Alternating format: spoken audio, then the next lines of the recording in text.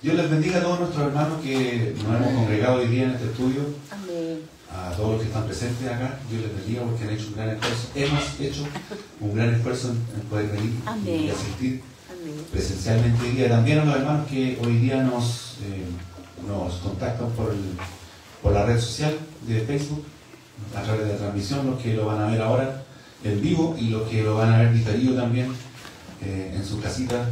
Espero que disfruten mucho este estudio que va a hablar acerca de nuestro credo. Nosotros como iglesia wesleyana, tenemos un credo que es el credo de los apóstoles, ¿cierto? Otras iglesias verán otros credos, otras costumbres, pero nosotros tenemos que ver y estudiar lo que nosotros nos identifica a nosotros, ¿cierto? Porque estamos en esta iglesia y tenemos que hacerlo de esta manera. No podemos ponernos a enseñar cosas que no sean de nuestra doctrina. ¿Amén? Amén. Entonces, tenemos que conocer a fondo la doctrina que nosotros creemos, porque es importante. Juan Wesley tuvo una gran trascendencia en la teología. Es muy importante lo que hizo Juan Wesley con respecto a la teología reformada. Nosotros hemos estado estudiando, recuerdan los estudios que hemos hecho acerca del calvinismo, la doctrina de la gracia, que nacen en la época de la Reforma, donde nació hombres grandes, ¿cierto?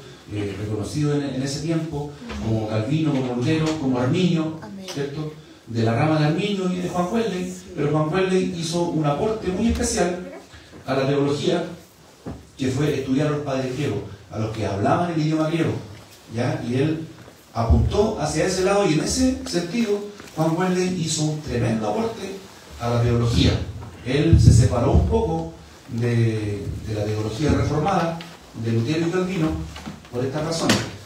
Cuenta la historia que Susana Wesley, que es la mamá de Juan Wesley, le escribió una carta a Juanito diciéndole: ten cuidado con la teología de los calvinistas. ¿Ya? Esto es parte de la historia, yo no lo estoy inventando, ustedes lo pueden buscar, lo pueden googlear, pueden investigar más allá, ¿cierto? Susana Wesley le escribió una carta a su hijo Juan Wesley diciéndole: ten cuidado y apártate de la doctrina calvinista, de la doctrina de Calvino, ¿ya? En ese sentido, yo creo que eso influyó mucho en el aporte que hizo Juan Wesley a la teología reformada, que nosotros hoy día vamos a estudiar un poco de esto. Bueno, entonces vamos a comenzar, y el título de este estudio es: Jesús descendió a los infiernos, como dice el credo, ¿cierto? Vamos a estudiar un poco el credo, los credos que existen, y en especial este punto, ¿ya? Amén. Entonces, descendió Jesús a los infiernos, como dice el credo de los apóstoles. Voy a empezar con una cita de Michael Heiser. Michael Heiser es un erudito que ya en paz descansa. A principios de este año él falleció de cáncer. Hizo un gran aporte en la teología moderna, ¿ya?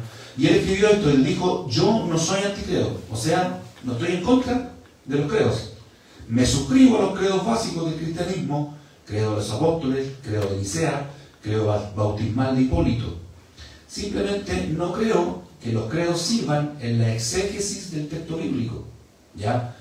Si bien pocos evangélicos en realidad dirían que debemos usar credos, para hacer exégesis, una mentalidad consistente con esta noción no es poco común. O sea, no son pocos los que creen que pueden hacer exégesis con el credo. Pero yo creo, igual que Michael Heiser, que nosotros, la Biblia tiene que decirnos a nosotros qué creer, y no el credo decirnos a nosotros cómo interpretar la Biblia. ¿Se entiende? ¿Sí? Debemos ir a la Biblia con una mente limpia, sin lentes, sin los lentes calvinistas, sin los lentes arminianos, y sin los lentes de los credos. Aunque son credos que vamos a estudiar que son verdaderos, pero esto no debe influenciarnos a nosotros a interpretar la Biblia, sino que la Biblia debe ser la guía que a nosotros nos diga en qué nosotros debemos creer, ¿ya? La idea que los credos deben guiar la forma de que interpretamos las Escrituras, estoy en desacuerdo, dice Heiser. El texto necesita producir nuestras declaraciones de creencias, ¿ya? Por el contrario, nuestras declaraciones de creencias no deben informar al texto. Eso es eisegesis. ¿Se acuerdan que hemos visto este concepto? Lo que es la eisegesis, al contrario de la exégesis. La exégesis es cuando yo extraigo del texto lo que el texto me quiere decir. Y la eisegesis es cuando yo voy con lentes, cuando yo voy con un prejuicio, cuando yo voy ya con una idea y quiero que el texto me diga eso. Y entonces se cumple el dicho que dice, ¿cierto? Coloquialmente, le ponemos de nuestra cosecha. Ah, el hermano le está poniendo de su cosecha. Eso se llama eisegesis, porque yo estoy manipulando el texto para que diga lo que yo quiero dar a entender. Y tiene que ser al revés. El texto tiene que informarme a mí, no mi creencia informar al texto. ¿Ya? ¿Se entendió? Amén. Sí. Clarito, clarito, clarito, dijo el Sandy. Credo, vamos a estudiar, no lo vamos a estudiar, sino que lo vamos a repasar solamente. El credo niceno-constantinopolitano. Este credo no es que lo haya hecho Constantino, sino que se hizo en Constantinopla en el concilio de Nicea, ¿cierto? Los que han estudiado un poco de teología saben al respecto. Y este credo dice así: creo en un solo Dios, Padre Todopoderoso, Creador del cielo y de la tierra, de todo lo visible y lo invisible. Creo en un solo Señor, Jesucristo, Hijo único de Dios. ¿Qué significa que es único de Dios? ¿Acaso nosotros no somos también hijos de Dios? Hago un paréntesis antes de seguir leyendo. Jesucristo, Hijo único de Dios. Unigénito. Por ahí va la cosa. ¿Qué significa? Que es hijo único. Que no hay otro como él. No. Claro, como Él. Ese es porque unigénito significa uno único en su género, o único en su tipo. O sea, como Jesucristo, no hay otro hijo de Dios en su tipo. ¿Ya? Nosotros todos somos hijos de Dios, porque dice la palabra que a los que le recibieron, a los que creen en Él, les dio potestad de ser hechos Hijo de Dios. Hijo de Dios, ¿cierto? Pero Jesucristo es unigénito, o sea, único en su género, único en su tipo, como Hijo de Dios. ¿Ya? Nacido del Padre antes de todos los siglos. ¿Ya? Yo no creo que Jesús haya nacido antes de todos los siglos, porque eso significaría que fue creado. No es eterno. Claro. Luz de luz, Dios de Dios, Dios verdadero de Dios verdadero, engendrado, no creado. ¿Ya? Yo creo que Jesús fue engendrado en María, no antes. Mi pensamiento personal, usted puede tener un pensamiento también personal, pero la Biblia es clara en decir que Jesús no es un ser creado. ¿Ya? Jesús fue engendrado en María, no antes. De la misma naturaleza del Padre, eso sí, por quien todo fue hecho. ¿Se dan cuenta que aquí está diciendo lo mismo que el apóstol Pablo, que Él es el creador de todas las cosas? Por quien todo fue hecho, que por nosotros, los hombres, y por nuestra salvación bajó del cielo, y por obra del Espíritu Santo se encarnó de María la Virgen, y se hizo hombre. O sea que nació una Virgen María milagrosamente. Y por nuestra causa fue crucificado en tiempo de Poncio Pilato, padeció y fue sepultado y resucitó al tercer día, según las Escrituras, y subió al cielo y está sentado a la derecha del Padre, y de nuevo vendrá con gloria para juzgar a vivos y muertos, y su reino no tendrá fin. Ese es el credo niceno-constantinopolitano. Parece trabalengua, pero no lo es. Creo en el Espíritu Santo, continúa, Señor y dador de la vida, que procede del Padre y del Hijo. Eso yo tampoco lo creo. No creo que el Espíritu Santo procede, sino que el Espíritu Santo es, ¿cierto? Porque dice la palabra en Juan 1:1, en el principio era el Verbo, y el Verbo era con Dios, y el Verbo era Dios. Desde el principio, el Verbo, el Jesús, ¿cierto? Antes de ser Jesús, era el Verbo. Siempre estuvo con Dios. No fue engendrado. ¿Ya? Y lo mismo pasa con el Espíritu Santo. Por eso, en la importancia de no informar nosotros al texto con nuestro credo, sino que el texto nos diga a nosotros lo que debemos creer. ¿Ya?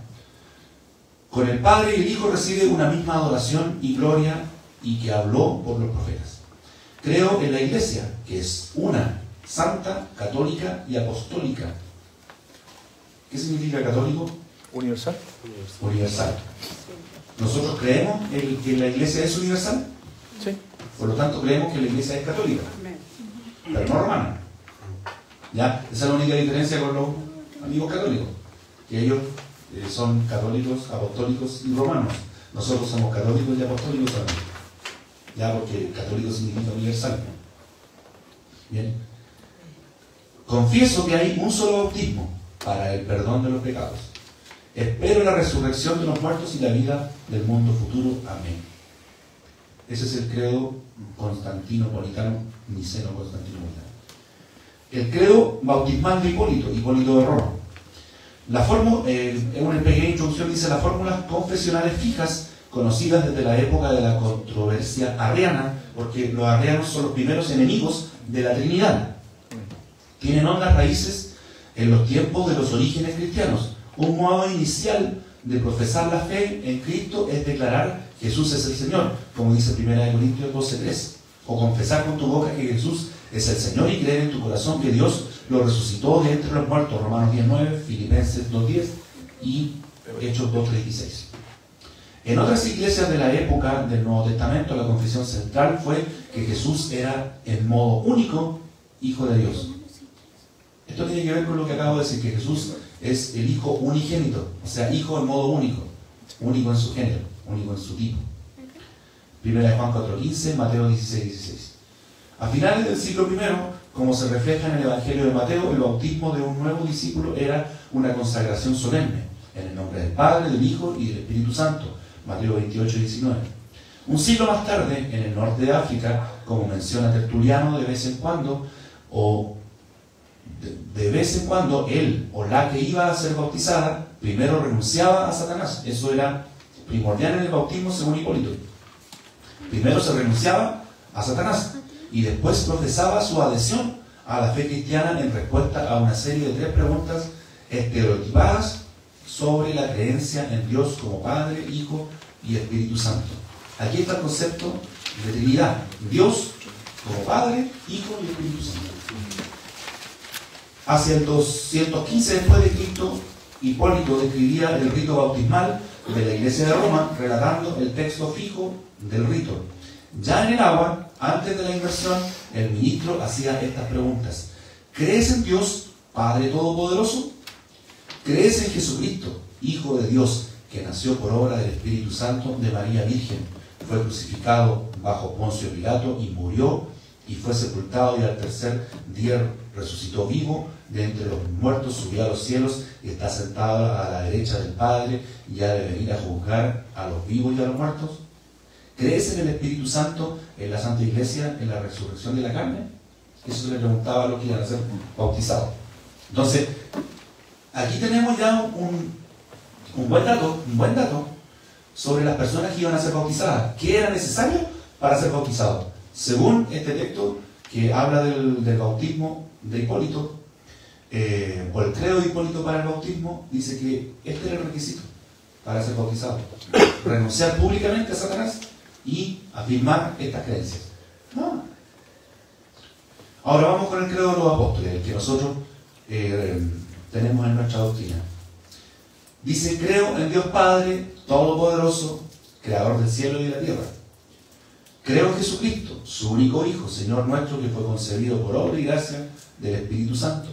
Nació de la Virgen María, padeció bajo el poder de Poncio Pilato, fue crucificado, muerto y sepultado, descendió a los infiernos. Esto es lo que vamos a ver ahora. Al tercer día resucitó entre los muertos, subió a los cielos y está sentado a la diestra de Dios Padre Todopoderoso. Desde allí vendrá a juzgar a vivos y a muertos. Creo en el Espíritu Santo, la Santa Iglesia Universal. Aquí se traduce la palabra católico y se reemplaza por universal, que es lo mismo. La comunión de los santos, el perdón de los pecados, la resurrección del cuerpo y la vida perdurable.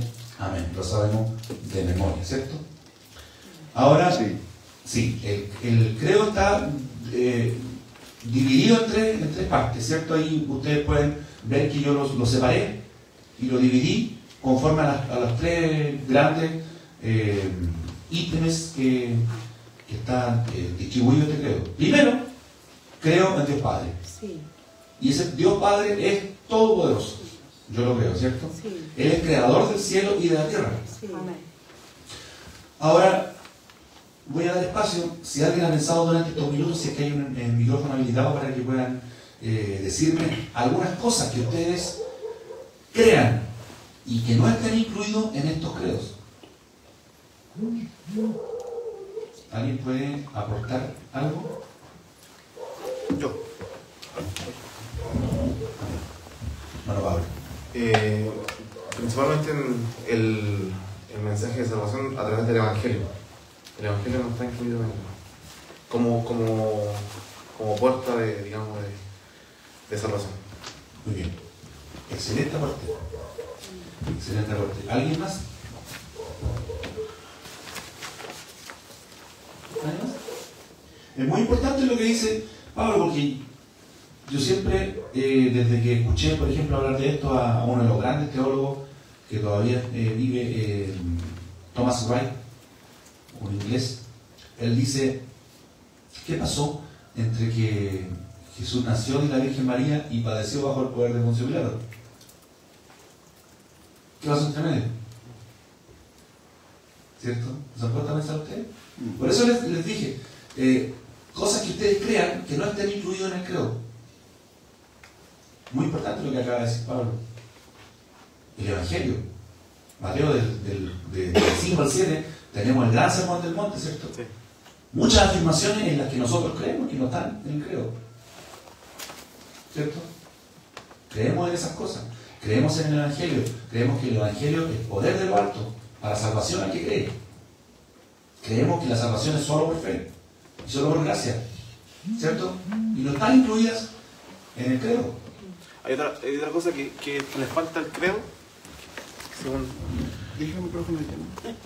Hay otra cosa que según yo le falta al credo, que es mencionar la Biblia como un libro, digamos, principal, y en ninguna parte dice que... ¿Por qué crees tú que no está? Claro, son frases extraídas de la Biblia, creo yo. O sea, no son frases literales extraídas, pero son digamos... Los credos son anteriores a los escritos. Ya, pero por último, digamos, temas del, no sé si del antiguo, puede ser, bueno, eso. Sí, lo que pasa es que los credos se empezaron a urdir, por decirlo de alguna manera, muy tempranamente. Pero después, siglo VII, VIII, aproximadamente se estandarizó y se tradujeron, ¿ya? Pero los credos son muy antiguos. Entonces, por eso los credos son incluso anteriores al canon.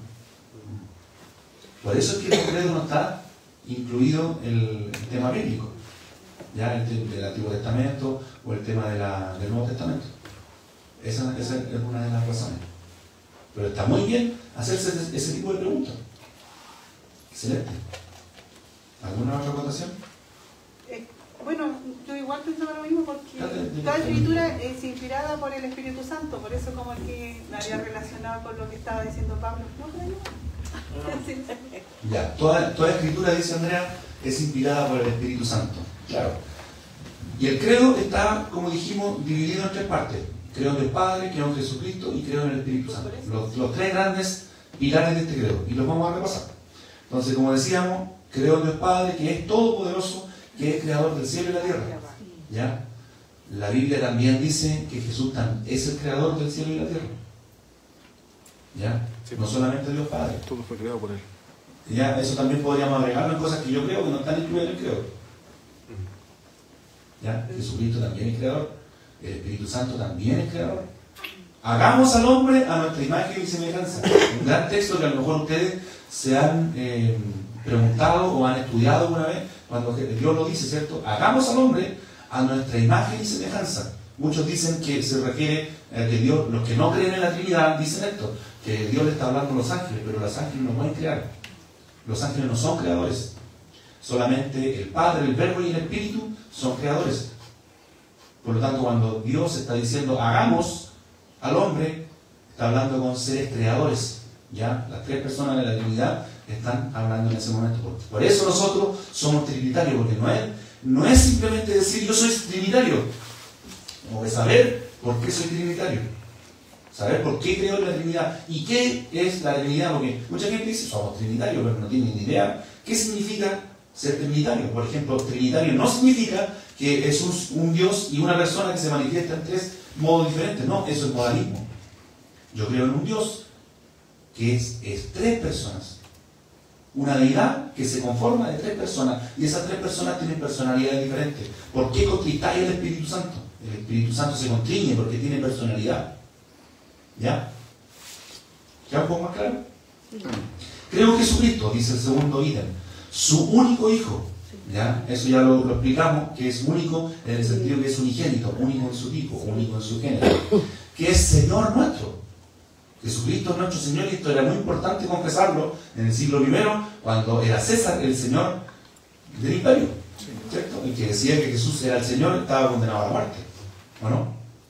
Entonces era muy importante y muy atrevido decir en esos tiempos que Jesucristo es el único Hijo de Dios y que es Señor nuestro, que fue concebido por obra y gracia del Espíritu Santo. Fue el Espíritu Santo el que lo engendró. ¿En quién? Nació de la Virgen María. O sea, es un acto, como dije, milagroso, ¿verdad? Nacer de una Virgen, porque fue el mismo Espíritu Santo el que lo engendró en María. Padeció bajo el... Y aquí está lo que le acabo de decir. ¿Qué pasó entre que nació de la Virgen María y padeció bajo el poder de Poncio Pilato? 33 años de vacío tiene este credo, ¿o no? Sí. Por eso es muy importante lo que les dije al principio. La Biblia tiene que decirnos a nosotros en qué debemos creer. O sea, no es que el credo esté mal. O sea que aquí, perdón hermano, o sea que aquí dice nació, es como el comienzo y habla del final. Justamente. Es lo que se ve acá. Sí, sí. Eso es. ¿Por qué? Porque el credo es un resumen de creencias. Pero hay cosas que yo creo que no están en el credo, porque yo creo muchas otras cosas. Lo que pasó entre que Jesucristo nació y murió. Por muchas cosas las que hizo. ¿Cierto? Los milagros, la palabra, cuando él estuvo en el templo mientras sus padres lo buscaban. El bautismo. El bautismo, justamente donde se manifiesta la Trinidad. Yo creo que ese es uno de los hechos más importantes que deberían estar incluidos en el credo. Porque en el bautismo de Jesús se manifiesta el Padre hablando, ¿cierto? Este es mi Hijo amado. Y desciende como paloma el Espíritu Santo y está el Hijo bautizándose. La Trinidad está presente. Es un hecho muy revelador acerca de nuestra doctrina trinitaria. Debería estar incluido, ¿cierto? Pero no lo está. Entonces, pasaron muchas cosas entre que Jesús nació y murió. Muchas cosas que son importantes para nosotros como cristianos. Por ejemplo, los milagros, ¿cierto? Yo creo que Jesús hizo y sigue haciendo milagros. Entre nosotros, las palabras, si ustedes hacen un rewind, así, las palabras que hemos escuchado últimamente, todas hablan de que la palabra tiene que ir conectada con milagros, con sanidades. Porque estas señales seguirán a los que creen en mí. ¿Sí o no? El Señor nos ha estado, inclusive en la palabra de ayer también habló de lo mismo, ¿cierto? Los milagros, porque Dios todavía hace milagros. Y los seguirá haciendo. Y los va a seguir haciendo. Amén. Amén. Y nosotros creemos en eso, aunque los milagros no convierten a las personas. Porque recordemos que Israel estuvo 40 años viendo milagros, y milagros muchos, infinitamente mayores a los que nosotros hemos visto, y no se convirtieron. ¿Se dan cuenta? Entonces, yo creo en los milagros, a pesar que los milagros no convierten a las personas. Pero los milagros son muy importantes, porque aumentan también nuestra fe. Padeció bajo el poder de Poncio Pilato, entonces fue crucificado, muerto y sepultado, descendió a los infiernos. Esta es la parte importante, me la voy a saltar para terminar el credo. Al tercer día resucitó de entre los muertos, subió a los cielos y está sentado a la diestra de Dios Padre Todopoderoso. Desde allí vendrá a juzgar a vivos y a muertos. Creo en el Espíritu Santo, el tercer ítem. La Santa Iglesia Universal o Católica. Creemos en que la Iglesia, ¿cierto?, es la manifestación de Dios en este tiempo. Estamos en los que somos dispensacionalistas. Creemos, yo soy dispensacionalista. Creo que estamos en el tiempo de la gracia, en la dispensación de la gracia, en el tiempo de misericordia, en el tiempo de la Iglesia, la era de la Iglesia.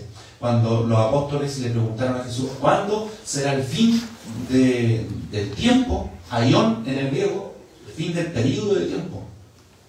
¿Cuándo será el fin del mundo? Dice la Reina Valera, Mateo capítulo 24, al principio, versículo 1 y 2 por ahí.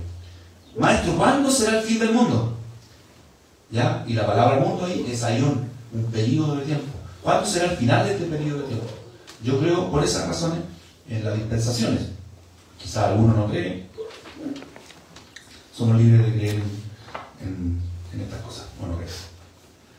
La Santa Iglesia Universal, la comunión de los santos, muy importante.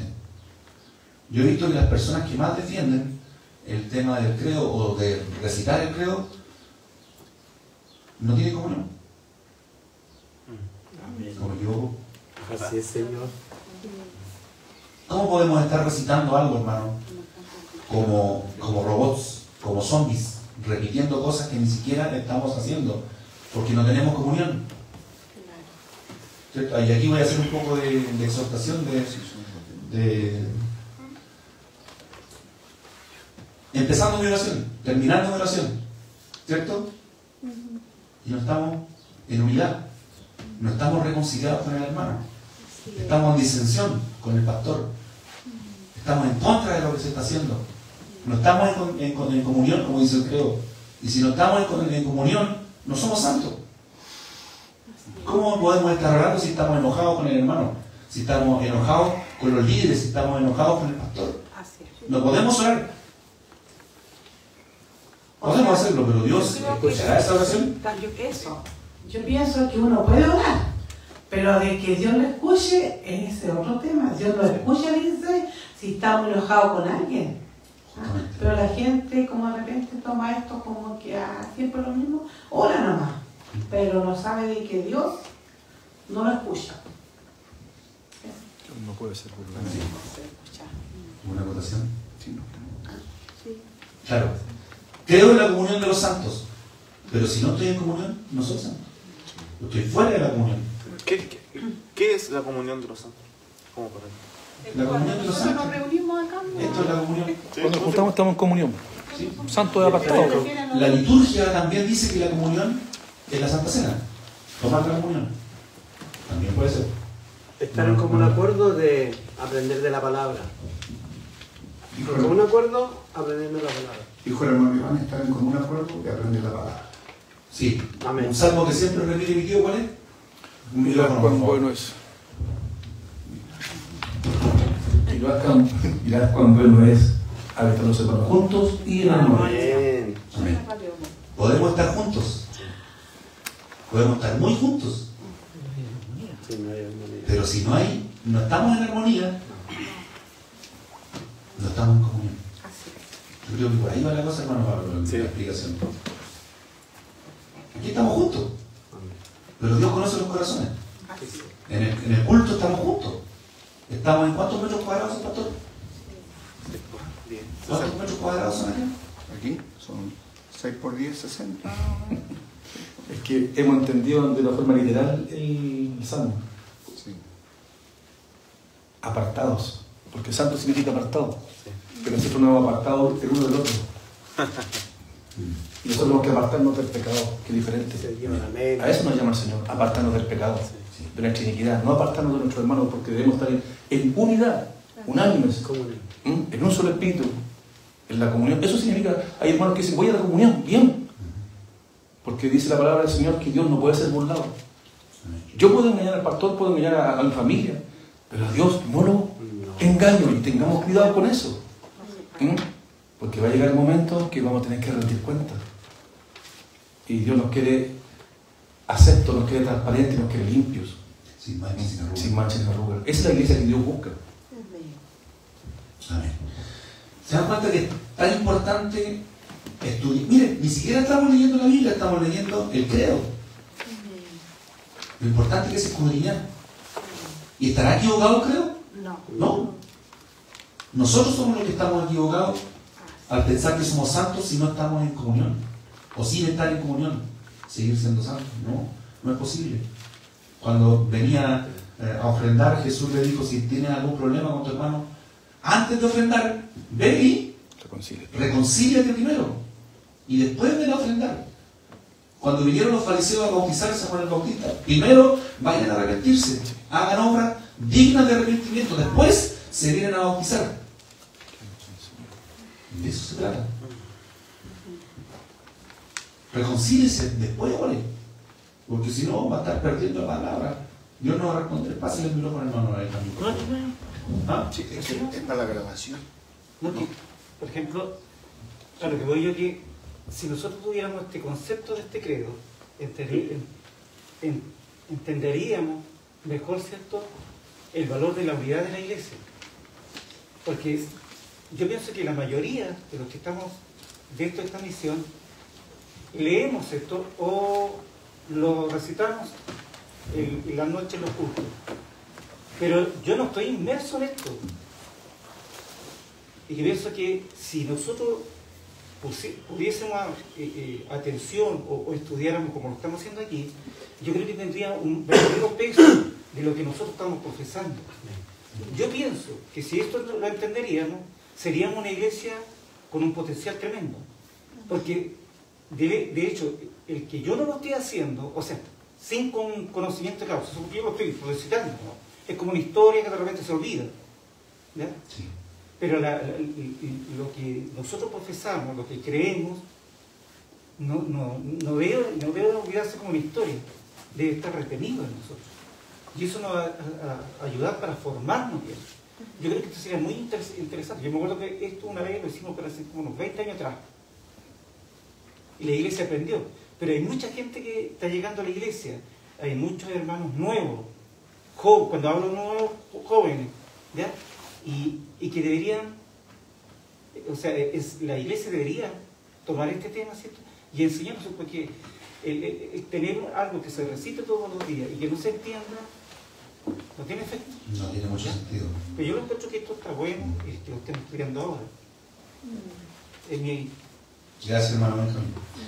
Sí, por eso lo estamos haciendo, justamente por lo que usted está reflexionando.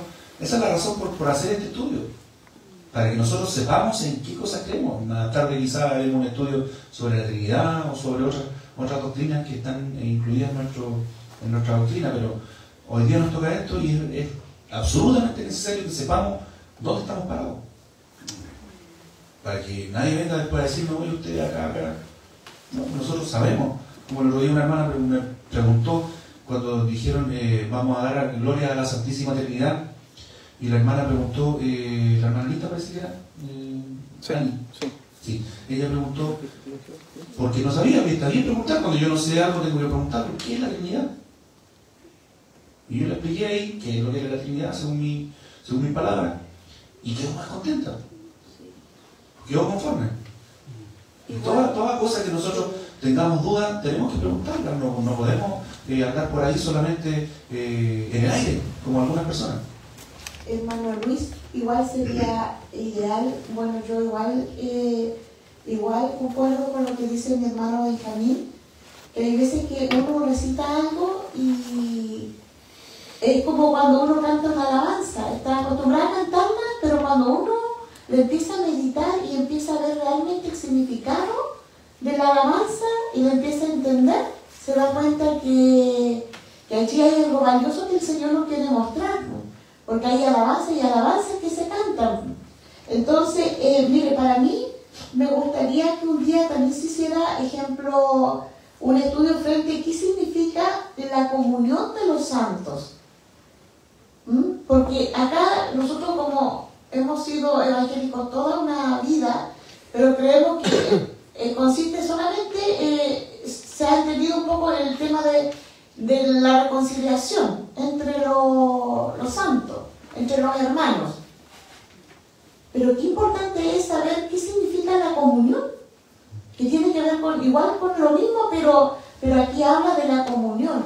Entonces, cuando hay reconciliación, para mí hay comunión. Entonces, se tiene que entender así para la iglesia, que debería tocarse temas que para los hermanos que a veces no entienden puedan entender que también está aquí. Más claro puede ser. Claro. ¿Verdad? La comunión es una de las cosas más importantes. Es que la Iglesia Apostólica, el libro lo hecho lo explica. Claro.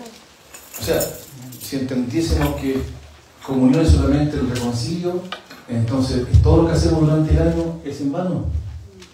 Comunión en la Iglesia Apostólica era decir que nadie era más que otro, eran todos uno. Los unía el amor de Dios, no había diferencia. Ni judío, ni griego, ni exacto, ni hombre, ni mujer. Y el Espíritu Santo era el que agregaba a los salvos. Entonces, esa es la comunión, hermano, estar en unidad, en un sentir. Entonces, no es comunión de reconcilio, no es reconcilio porque ese tiempo no había discrepancia. Lo unía el amor, y el amor es de Cristo. Cuando estamos en Cristo no hay diferencia. Podemos pensar diferente, podemos tener muchas cosas que no son en común, pero sí nos une Cristo. Y cuando estamos en Cristo ya nos negamos a nosotros mismos, ¿cierto? Claro. Ese es el punto. O sea, cuando yo llego al templo, ya no está Marcos Gómez. Está un adorador más que se integra al grupo de mis hermanos en la comunión del Señor. Amén. Es muy importante estudiar estos temas minuciosamente, así que más adelante también, como dice nuestra pastora, vamos a estudiar el tema de la Y comunión. mire, acá, Súper importante. acá podemos ver en los hechos, y podemos ver aquí en los hechos como no, cuando hay comunión, se cumple la palabra. Por ejemplo, en el capítulo 2, en el versículo 46 dice: y perseverando unánimes cada día en el templo, partiendo el pan en las casas, comían juntos con alegría y sencillez de corazón, alabando a Dios y teniendo favor con todo el pueblo. Y el Señor añadía cada día a la iglesia los que habían de ser salvos. Amén. A través de la comunión el Señor obra allí. De comer juntos. Sí. Y comer rico. Sí, pues, de eso se trata la comunión, de compartir juntos. Todo lo que tenían en común, dice en el libro de Hechos. Todas las cosas las tenían en común. Ahora, lo que decía mi hermano Marco, a mí me llamó la atención lo que decía delante, porque si nosotros lo vemos así, tal cual como está sucediendo hoy en día en la vida real, acá, ahora, vemos de que si nosotros nos juntamos, ¿cierto? Y como decía el hermano, de que si nosotros traemos nuestra ofrenda, y si no hemos reconciliado o no estamos en comunión, en convivir con nuestro hermano, no sé, pues todo el año, porque todos los días venimos al culto, día por medio, comemos juntos, como dice el hermano Pablo, y si tenemos pecado, tenemos falta, como decía el hermano Marco, igual sabemos que hay pecado, ¿cierto? Pero si vemos ahora lo que nosotros estamos estudiando en la palabra, también sería un pecado el no poder estar bien con mi hermano. Y aquí aquí hay que tener cuidado, como decía él, porque nosotros podemos pecar durante el día, podemos estar fallando, entregamos a Dios nuestra ofrenda y le decimos: Señor, perdóname porque hoy día peleé con mi esposo, hoy día fallé, dije grosería, cualquier pecado que pueda ser delante de la presencia de Dios. Pero no olvidamos que nosotros convivimos acá dentro del servicio cuando venimos a honrar al Señor, y que podemos estar enojados con mi hermano que está al lado. Y ese es otro pecado, es otra falta que a lo mejor nosotros acá dentro de la iglesia, los hermanos no son capaces de reconocer. Y lo tapamos.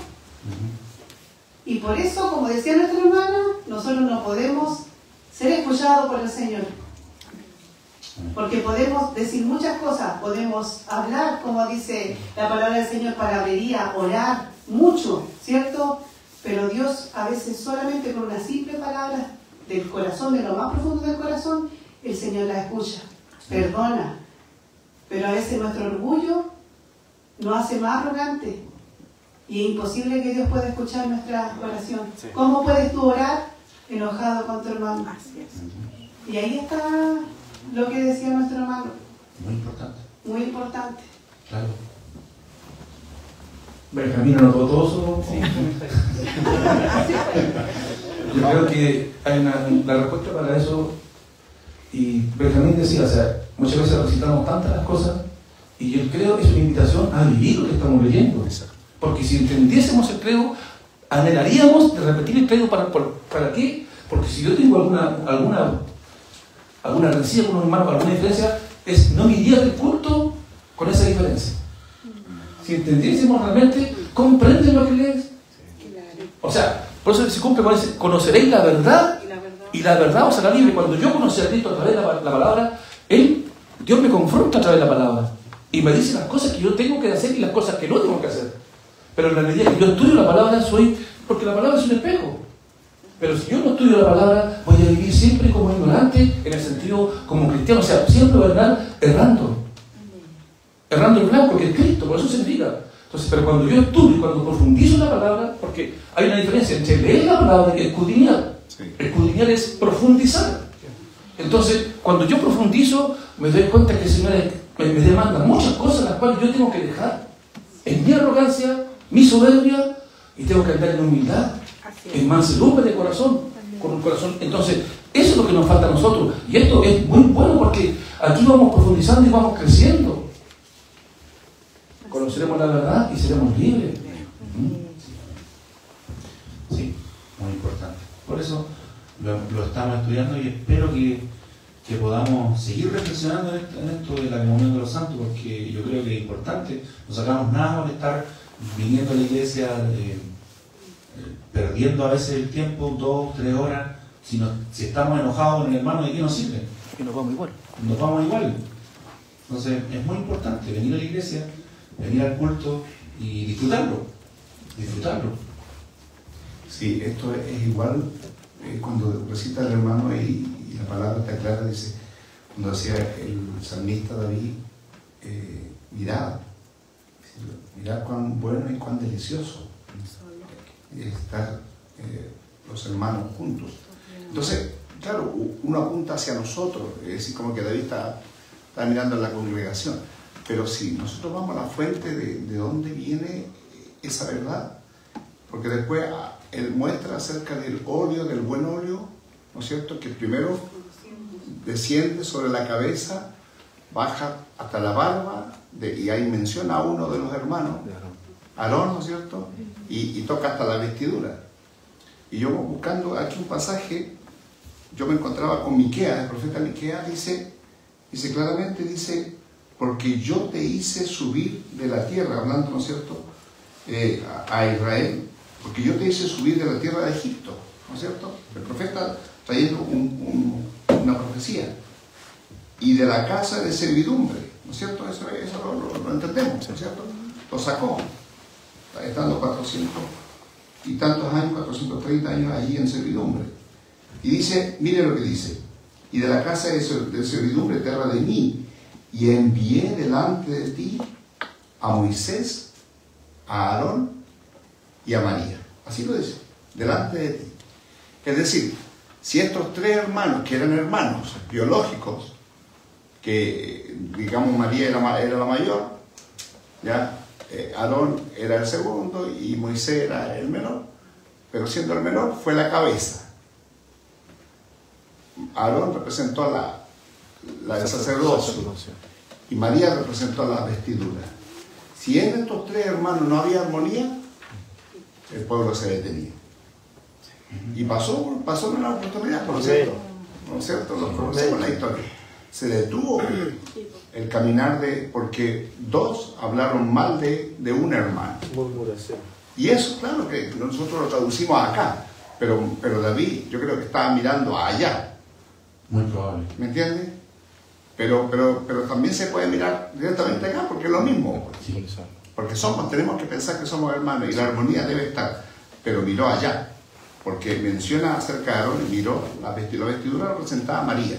La cabeza representa, si en estos 3, si ese óleo que es el espíritu, y si uno no quiere, si no hay armonía ahí, entonces se rompe la comunión. Justamente. Amén. Sí, muchas gracias. Muy importante ese alcance. Bueno, llamamos a vivir en comunión. Sigamos, el perdón de los pecados. Creemos en que Dios, a través de Jesucristo, su sacrificio, perdona nuestros pecados. Amén. Amén. La resurrección del cuerpo. Creemos en que nuestro cuerpo va a resucitar. Pablo decía, cuando él estaba vivo, él dijo, muchos de los que estamos aquí no moriremos. ¿Cierto? Esperando la venida del Señor.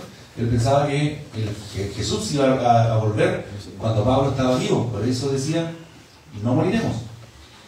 Entonces, eso quiere decir que los cristianos de la primera época, el primer siglo, ellos estaban constantemente en esa expectativa que Jesús viniera pronto. Por eso ellos vivían mucho en comunión. Cuando empezaron a ver que ya Jesús no venía, en ese tiempo, empezaron a nacer las liturgias y los templos. ¿Ya? Muy importante ese dato histórico. La resurrección del cuerpo y la vida perdurable. Amén. Nuestra vida es eterna. ¿Ya? Ese es el creo, un pequeño repaso del creo. Ahora, la frase Jesús descendió a los infiernos, como dice el credo. Primera de Pedro, si alguien lo puede leer, 3, versos 18 al 20. Y este es el texto que vamos a analizar. Antes de analizar esa parte, el credo dice la resurrección de la carne, del cuerpo, como carne, como... Claro, como un cuerpo glorificado. Dice Romanos 8, del 28 al 30, por ahí, que a los que aman a Dios, todas las cosas le ayudan a bien. Esto es para los que conforme a su propósito son llamados. ¿Y cuál es ese propósito? Lo estudiamos cuando vimos las doctrinas del calvinismo. Ese propósito es ser resucitado conforme a la imagen de Jesucristo.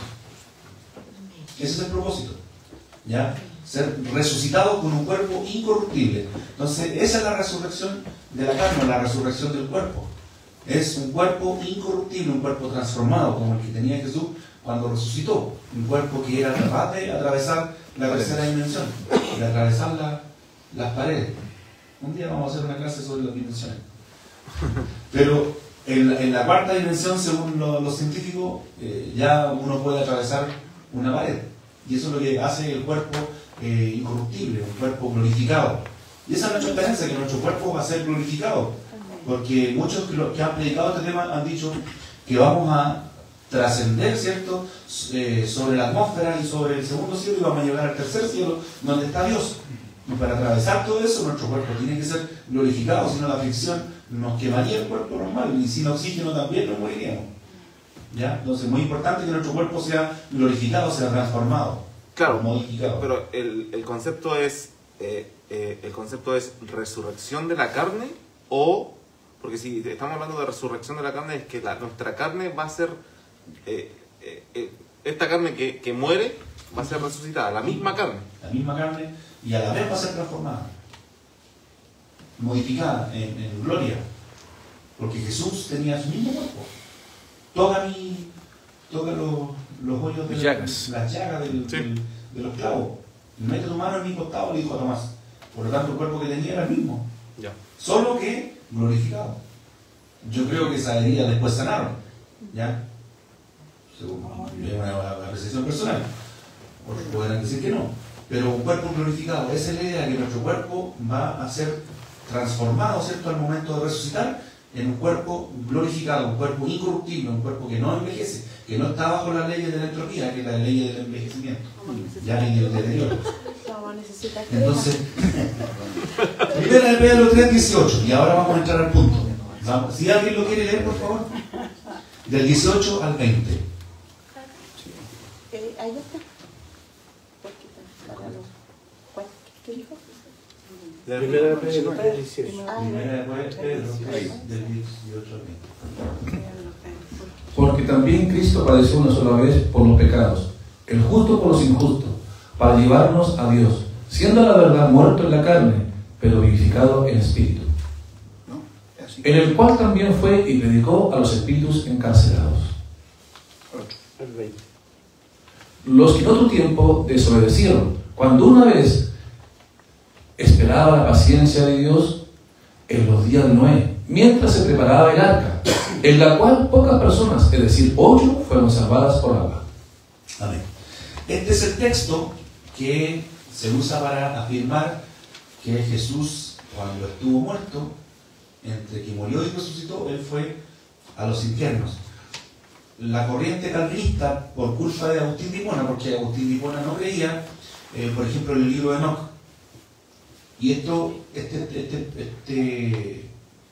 extracto de Primera de Pedro, así como Judas, así como Enoch, así como Flavio Josefo, afirmaban que en Génesis 6 los gigantes fueron engendrados por los ángeles caídos, no por los hijos de Caín con la hija de Set, no, sino que hay algo sobrenatural. Ellos están de acuerdo en que, igual que el libro de Enoch, en que estos personajes de Génesis 6, estos gigantes, fueron engendrados por ángeles caídos.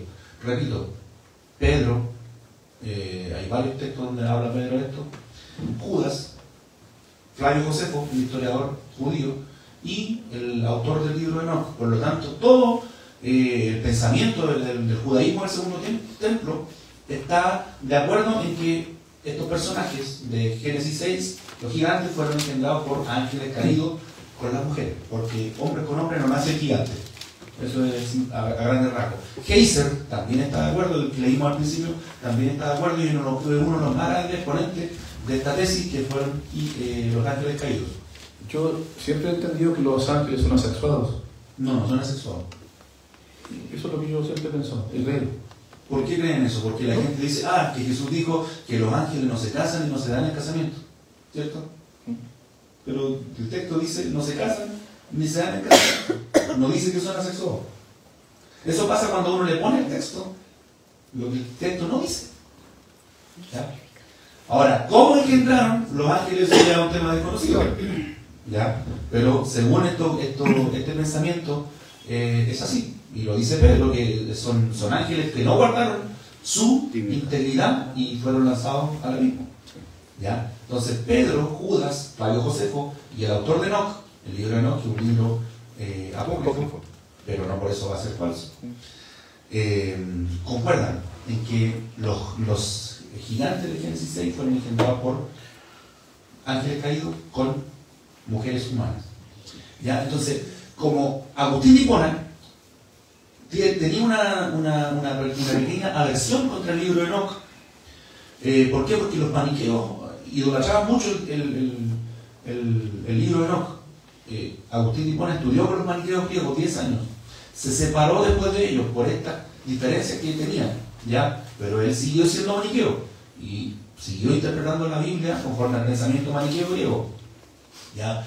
Pero en este sentido, Agustín de Hipona no estaba de acuerdo con los maniqueos, ¿ya? Por eso se separó. Y por eso es que él, en su interpretación de lo sobrenatural que aparece en la Biblia, él nunca va a estar a coincidir con este pensamiento judío que fueron ángeles. ¿Ya? Por lo tanto, los calvinistas que han heredado este pensamiento maniqueo piensan de la misma forma. ¿Por qué? Porque Agustín de Hipona decía, pero me voy a adelantar si lo empiezo a explicar ahora. Entonces, para entender esta frase, ¿cierto?, del apóstol Pedro, tenemos que primero establecer algunas verdades. Número 1, en Lucas 16, alguien puede leer también la historia del rico y Lázaro. Si alguien, por favor, pudiera leer la historia del rico y Lázaro. 16 y 19, creo que.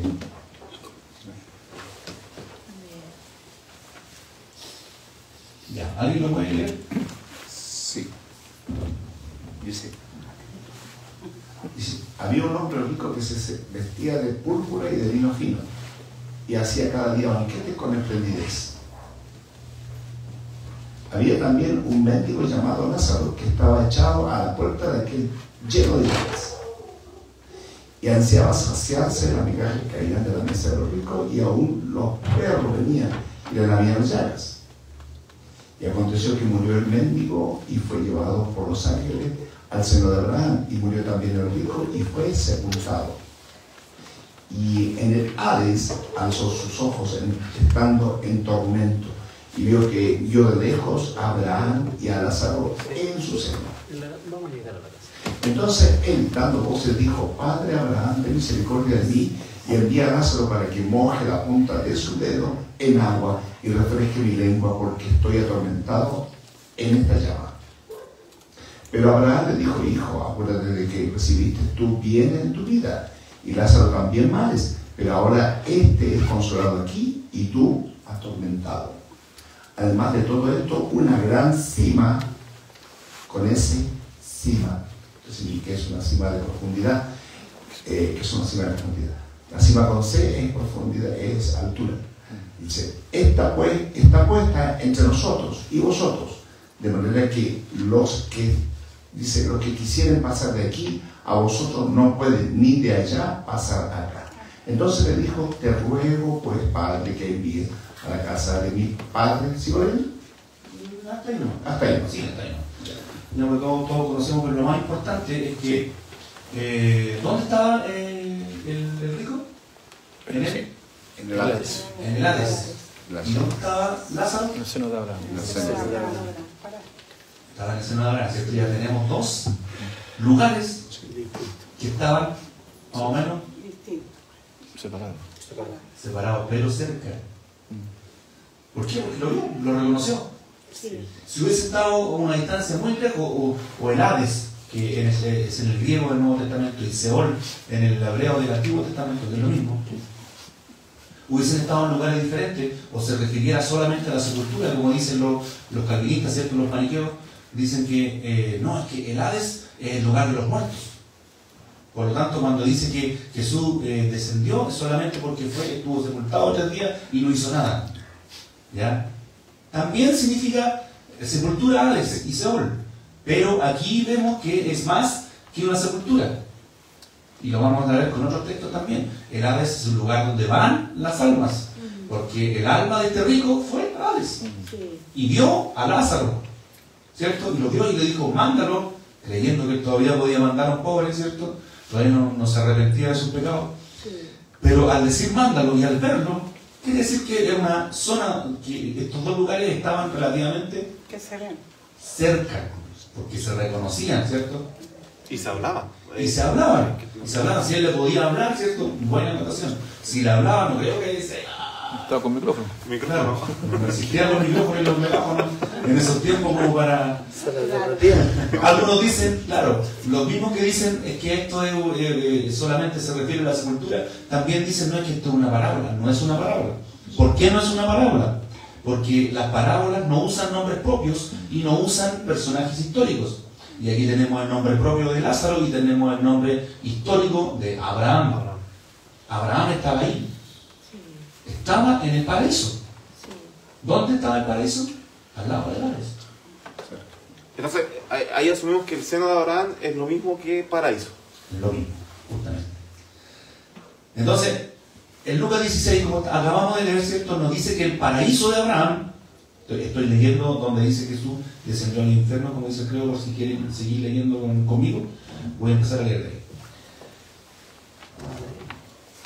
El paraíso de Abraham y el infierno, o sea, el Hades, que en realidad está mal traducido infierno, sino que debería decir los infiernos. Cuando yo digo que, o cuando nosotros decimos que Jesucristo descendió a los infiernos, estamos diciendo que Jesucristo descendió a la zona donde estaba el Hades, el abismo, el Tártaro y el paraíso de Abraham, o el seno de Abraham. No es que fuera el infierno, porque el infierno vamos a ver más adelante que está vacío. ¿Ya? Jesús no fue al infierno a pagar pecado propio, ¿no? Porque Jesús no pecó, ¿verdad? Pero sí Él descendió a la zona donde están los infiernos. ¿Ya? En ese sentido, creo, dice la verdad, que Jesucristo descendió a los infiernos, como que hubieran muchos lugares. ¿Ya? No es que haya ido al infierno a ser condenado, no, ni de cerca. Entonces, Hades en griego, Seol en hebreo, están en la misma región, separados por un abismo, como dijo bien el pastor, ¿cierto? Que Sima con ese significa abismo o una fosa muy honda. Están separados, pero no están lejos. ¿Ya? Los que están en el paraíso no pueden cruzar hacia el Hades o el infierno, y los que están en el infierno no pueden pasar al paraíso. Por lo tanto, están, ¿qué dice el texto ahí? Encarcelados. Están encarcelados. ¿Por qué? Porque el rico no podía ir donde Lázaro, no podía ir donde Abraham, sino que de lejos le dijo, Padre Abraham, manda a Lázaro para que él venga. ¿Y qué le dijo? No puede ir. Abraham le dijo, no puede ir, porque hay una cima. Los que están aquí no pueden pasar para allá, y los que están allá no pueden pasar para acá, por lo tanto están encarcelados. ¿Cierto? ¿Y qué dijo Pedro? Que el Espíritu fue y le predicó a los espíritus encarcelados. Ya. Por ahí nos vamos acercando a la traducción del texto, o a la interpretación del texto. Mateo 11:23 dice, ¿y tú, Capernaum, acaso serás elevada hasta los cielos? Hasta el Hades descenderás. ¿Ya? ¿Qué quiere decir? Descenderás, que está abajo, ¿o no? Sí. La senda de la vida para el sabio es hacia arriba, en Proverbios 15:24, para que se aparte del Seol que está abajo. Aquí estoy hablando de físico, de lugares físicos, ¿cierto? La senda de la vida está hacia arriba, dice Salomón en Proverbios 15:24, para que se aparte del Seol que está abajo. Ya, vamos estableciendo estas pequeñas pero importantes situaciones, donde están situados estos lugares. Hasta ahora tenemos, como dice lo que estamos leyendo, que los dos hombres más sabios que han existido, que son Jesús y Salomón, ¿cierto? Jesús hablando sobre el rico y Lázaro, y Salomón hablando en este proverbio, que nos dicen que el infierno, el Hades o el Seol, se encuentran abajo de nosotros. Ya es muy importante dejar esto muy claro. Hermano, sí, con él. Hay un solo punto abajo y hay un solo punto arriba. A ver, explíqueme. Si estamos en la Tierra esférica, yo apunto para allá. Pero yo apunto para allá. Quite el micrófono. Entonces, eso me da pie a mí que... Los chinos dicen... Sí. Entonces, yo creo en eso. Que hay un solo punto arriba para todos. Muy bien. Y hay un solo punto abajo para todos. Después le explico por qué. Pues vamos a conversar esto. Hermano Luis, ¿Sí, tengo una pequeña aquí. Quiero entenderlo mejor, porque acá en el credo dice descendió a los infiernos. Eso es lo que estoy explicando, justamente. Ya, porque quiero que alguien claro con eso, porque dice descendió a los infiernos. Aquí no está hablando de singular, no está hablando de uno. Está hablando de los. De los. O sea, muchas veces la gente se refiere que hay un infierno. Al infierno. Al infierno. Y, o sea, que lo que pasa es que el infierno es uno. Claro. Pero estas diferentes, y lo voy a explicar un poquito más adelante cuando... Porque en el credo aquí dice a los infiernos. Sí. Lo voy a explicar al tiro. Qué bueno. Sí. Eso es. Inmediatamente se lo explico. Justamente vine acá. Entonces, ya. Sigamos. Jesús nos dice en Apocalipsis 11:7 que la bestia sube del abismo a la tierra. Apocalipsis 11:7. La bestia sube del abismo a la tierra. O sea que el abismo, ¿dónde estaba? Abajo. ¿Abajo de qué? De la tierra. Muy bien. Abajo de los chinos. Punto para... Filipenses 2:10. Pablo nos dice que al nombre de Jesús se dobla toda rodilla de los que están en el cielo, en la tierra y debajo de la tierra. O sea que hay personas debajo de la tierra y que tienen rodillas que se doblan. Sí. ¿Cierto? Eso podemos decir del texto. Si se dobla toda rodilla, porque esas personas que están tienen rodillas que se doblan, o sea, no están rígidos. ¿Pueden entender? ¿Cierto? Sí. Ya, entonces son las almas que están allá en ese lugar. O sea, dice el texto que hay personas debajo de la tierra.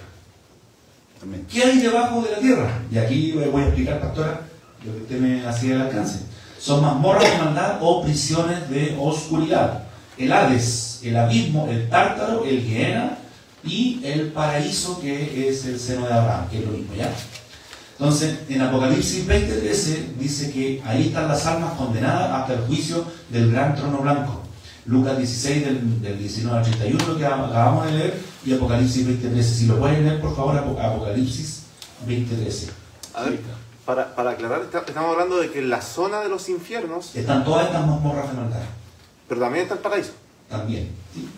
Lo acabamos de leer. Sí, pero que no es una mazmorra de maldad, sino que es donde descansan, digamos, los... Exactamente. Son las mazmorras de maldad, el Hades, el abismo, el Tártaro y el Gehenna y el paraíso. Claro. ¿Sí? Ya. Apocalipsis 20:13, por favor, alguien que lo lea. Sí. Usted, ya léalo. Y el mar entregó los muertos que habían en él, y la muerte,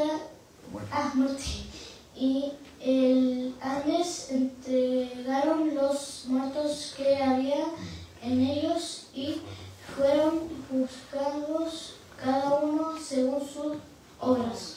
Muchas gracias. Entonces, el Hades, ¿cierto?, tiene personas, tiene almas que van a ser entregadas en el día del juicio del gran trono blanco, ¿cierto?, y que van a ser lanzados, después lo vamos a ver, al infierno. El infierno es el Gehenna, que en este momento está vacío. ¿Ya? Muy importante. Ahora, la segunda mazmorra de maldad, ¿cierto? Ya mismo, ese es el Hades, ¿cierto? Sí. Ya estamos claros con el Hades. Que está vacío. No, el Hades no está vacío, el Gehenna está vacío. Gehenna, ya. Ya. Ahora vamos a ver el abismo. prisión temporal de los demonios hasta que sean desatados en la quinta trompeta. Lucas 8:35 y Apocalipsis 9:12. Por favor, si podemos leerlo. Lucas 8:31 y Apocalipsis 9, del 1 al 2. 8:31. A ver si me ayuda alguien por ahí. A leer, ya, siga leyendo. Lucas 8:31. Dice, y le rogaban que no los mandase a ir al abismo. Amén. Sí, pero lo iba a leer en inglés. Y le rogaban que no los mandase ir al abismo. Al abismo, ¿cierto? ¿Quiénes estaban rogando esto? Los demonios, la legión que estaba, ¿cierto? en el demoniado. Gadareno. Y Apocalipsis 9, del 1 al 2.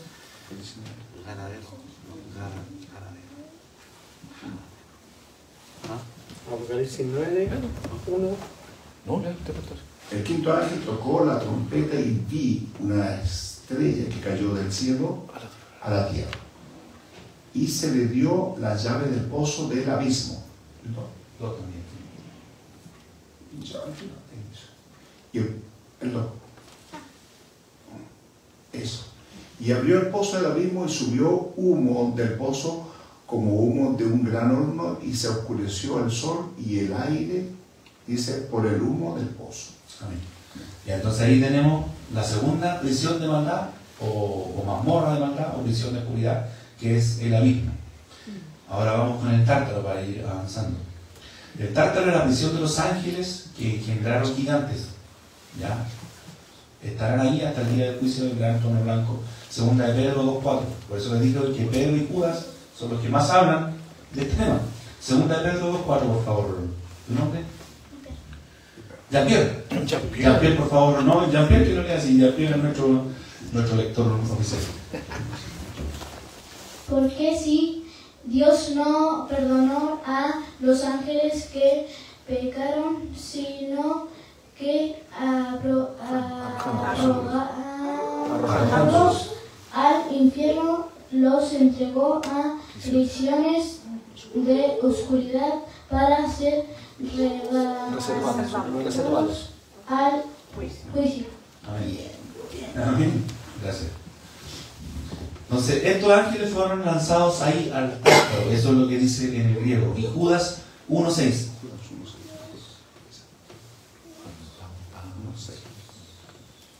¿Se da cuenta que Pedro está diciendo que estos ángeles son los que no guardaron su integridad? Amén. Ya. Judas 1:6 dice, y a los ángeles que no guardaron su dignidad, sino que abandonaron su propia morada, los ha guardado bajo oscuridad en prisiones eternas para el juicio del gran día. Amén. Ya, eso es el tártaro. Ahora vamos al Gehenna.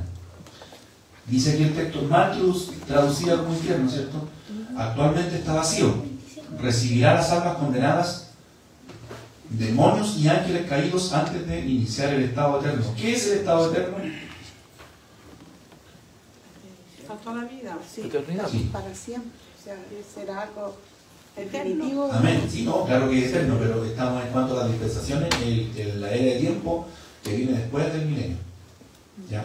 Eso está en Mateo 20, 25 al 41, eso no lo vamos a ver muy largo, después lo leemos en la casita.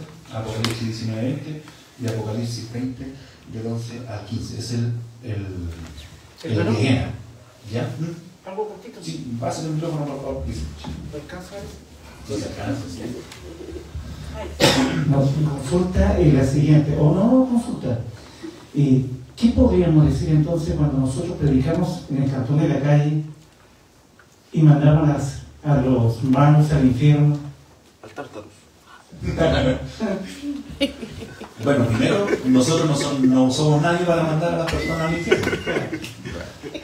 Es muy importante que aprendamos, hermanos, que hay dos tipos de juicio en la Biblia. Uno es el juicio de discernimiento, que quiere decir que yo puedo distinguir lo que es bueno y lo que es malo. Por ejemplo, mi hermano Marco, o él conmigo me puede decir, ¿cierto?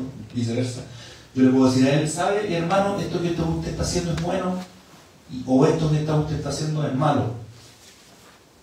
Yo estoy aplicando un juicio de discernimiento, porque estoy discerniendo que lo que él está haciendo está malo o está bueno.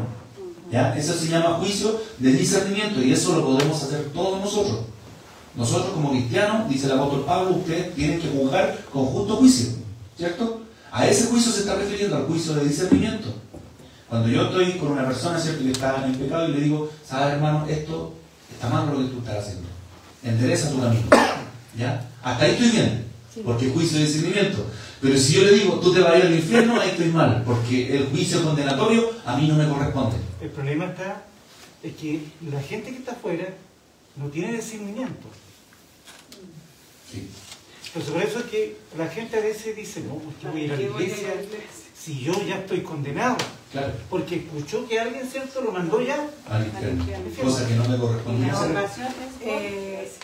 Las predicaciones al aire libre, eso no se puede decir para nada. No, eso es para la iglesia, los que ya estamos años. Para las calles es una, un llamado con amor. Ojo que sí podemos decir que hay un infierno. No, es diferente. Pero no que te va a ir tú. No, a eso no nos corresponde. Quien más habló del infierno o del Gehenna fue Jesucristo. Pero él no nos mandó a nadie al infierno. Él dijo, existe un infierno. Y las personas que hagan el mal van a ir a ese lugar. Ya, pero yo no le puedo decir a una persona, tú te vas a ir al infierno, porque yo no lo conozco. Y yo no soy juez. ¿Ya? Yo no puedo aplicar el juicio condenatorio sobre una persona y decirle, tú te vas a ir al infierno. No. Las personas que tienen desórdenes sexuales o desórdenes de identidad sexual, yo no le puedo decir, tú te vas a ir al infierno. No. Mi deber es decirle, esto es bueno o esto es malo. Nada más. Y amarlo y acogerlo. Porque a eso fuimos llamados, porque Jesús comía con los pecadores. ¿Sí o no? Él no vino a los justos. No vino, ¿cierto? Él vino a los enfermos, vino a los que estaban mal, él vino a rescatar, y nosotros tenemos que hacer lo mismo, rescatar, restaurar. Cuando nosotros hablamos aquí adelante, en el púlpito, abajo, en una oportunidad, cuando estamos en la calle, estamos llamados a restaurar, a rescatar, no a enjuiciar. Ya. El paraíso, como vimos, ¿cierto?, que está descrito en Lucas del 19 al 31. Entonces, ¿qué es lo que hay debajo de la tierra? En resumen, el Hades, el abismo, el Tártaro, el Gehenna y el paraíso. Entonces, a esa zona fue Jesucristo. Él no fue a ser castigado al infierno, sino que él fue a los infiernos, que los infiernos en este caso, pastora, como usted tenía la duda, los infiernos se refiere al lugar donde están todas estas prisiones, a la región donde están todos estos lugares. ¿Ya? No es que él haya ido al infierno, sino que él fue a los infiernos, a las prisiones de oscuridad o a las mazmorras de maldad, incluido el seno de Abraham, porque vamos a ver más adelante que él llevó cautiva una hueste de cautivos. Dice el apóstol Pablo, ¿cierto? Cuando dice, llevó cautiva la cautividad, ¿cierto? La verdadera traducción dice, llevó cautiva una hueste de cautivos que estaban cautivos. ¿Ya? ¿Sí? ¿Por qué les predicó? Sí, por eso dice el texto que les predicó. Es que hay un concepto, no es que se escucha aquí. ¿Se escucha? Sí. Hay un concepto que se ocupa harto en cristianos y no cristianos, que, por ejemplo, cuando dicen, cuando me muera, me voy al cielo. Sí, eso lo voy a explicar ahora. Hay una diferencia. Hasta aquí, ¿cierto? Rico y Lázaro, los que morían en justicia, los que eran justificados por la fe. ¿Por qué? Porque es el seno de Abraham y Abraham fue justificado por la fe. Por lo tanto, todos los que son justificados por la fe van al seno de Abraham. ¿Ya? Ahora no. Entonces, Jesús, cuando él cumplió la Pascua, él murió en la Pascua. Después de la Pascua vino la ofrenda de los primeros frutos. Por eso él le dice a María, cuando usted a lo mejor se preguntaba, cuando le dijo, no me toques, ¿cierto? Porque aún no ha ascendido el Padre. ¿Ya? Y después le dice a Tomás, tócame. Entonces uno queda, pero ¿cómo? Esta le dice, no me toque, y este le dice, sí, tócame. ¿Por qué? Porque Jesús tenía que cumplir la ofrenda de los primeros frutos, y el griego dice, no dice no me toques, dice suéltame. ¿Por qué? Porque todavía tengo que ascender al Padre. Y la ofrenda de los primeros frutos, después de la Pascua, es cuando el sacerdote toma una gavilla de los primeros frutos de la cosecha de la cebada y la lleva al sumo sacerdote. Entonces, ¿qué es lo que hizo Jesús? Bajó, ¿cierto? Tomó a la hueste que estaban cautivos ahí, y dice lo que dice el apóstol Pablo, que llevó cautiva una hueste de cautivos, lo ofreció delante de su Padre, volvió, y después se presentó en Tomás. Ya ni tuvo los 40 días en la tierra, pero vamos a seguir leyendo para que nos quede más claro. Entonces, el Seol en hebreo y el Hades en griego es la misma cosa, ¿cierto? Se traduce como sepulcro, como defienden mucho los calvinistas, maniqueos, y significa sepultura. Pero Samuel del 8 al 9 y Salmo 16:10, ¿cierto?, que dice, pues tú no abandonarás mi alma en el Seol, también es un lugar donde van las almas. No solamente es el lugar del sepulcro, sí es el lugar del sepulcro. Hay veces que se usa la palabra de esa manera, pero también es el lugar donde van las almas, físicamente el lugar que está debajo de la tierra, no solamente en la corteza terrestre, porque en Israel hay muchos que son sepultados en el monte Moriah, y eso no está debajo de la tierra, está sobre la tierra, ¿ya? Por lo tanto, el sepulcro no solamente, o Hades no solamente significa sepulcro, sino que también donde van las almas, como dije, ¿cierto? Salmo 16:10, pues tú no abandonarás mi alma en el Seol. Primera de Samuel, esto sí quiero que lo leamos, Primera de Samuel 28, del 8 al 19. Aquí vamos a entrar a un tema bien profundo, ¿eh? Si hasta ahora esto nos parecía profundo, esto es mucho más profundo. La bruja de Endor. Primera de Samuel 28, del 8 al 19. Si alguien me ayuda a leerlo, por favor. Y Jehová entregará a Israel también contigo en mano de los filisteos. Y mañana estaréis conmigo. Empezamos del 8 al 19. Del 8. Primera de Samuel 28. Del 8. Del 8 al 19. ¿Ahí sí? No, del 8. Versículo 8. Eso, ahí. El anterior entonces, porque dice... Ah, sí, no, ahí está. Y se disfrazó Saúl y se puso otros vestidos y se fue con 2 hombres y vinieron a aquella mujer de noche. Y él dijo, yo te ruego que me adivines por el espíritu de adivinación y me hagas subir a quien yo te dijere. Y la mujer le dijo, he aquí tú sabes lo que Saúl ha hecho, cómo ha cortado la tierra a los evocadores y a los adivinos. ¿Por qué pues pones tropiezo a mi vida para hacerme morir? Entonces Saúl le juró por Jehová, diciendo, vive Jehová, que ningún mal te vendrá por esto. La mujer entonces dijo, ¿a quién te haré venir? Y él respondió, hazme venir a Samuel.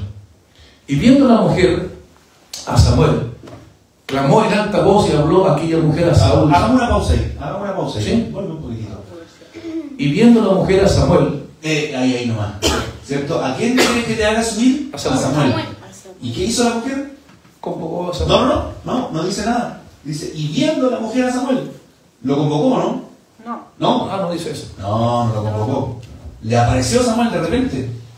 Y la mujer, por eso sigue leyendo, por favor. Ya. Y viendo la mujer a Samuel, clamó en alta voz, y habló aquella mujer a Saúl diciendo, ¿por qué me has engañado? Pues tú eres Saúl.